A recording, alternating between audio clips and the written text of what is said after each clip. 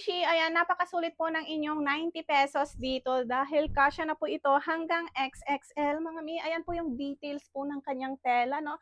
Ang ganda, mga mi, at hindi lang siya basta blouse.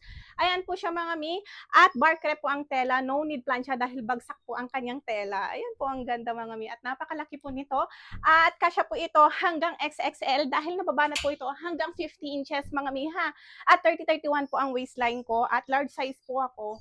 Ganyan po siya ka luwang. At 25 inches po yung haba nito, mga mi. Kaya napakalaki ng top na ito, mga mi, ha. Pero ganyan po siya kapag nakatag in. Large size, mga mi. Ayan po yung fittings po niya. At ito po yung mga sample colors na meron sa akin, mga mi. Ito yung suot ko, mustard. Ito po yung ating white, light yellow, blue,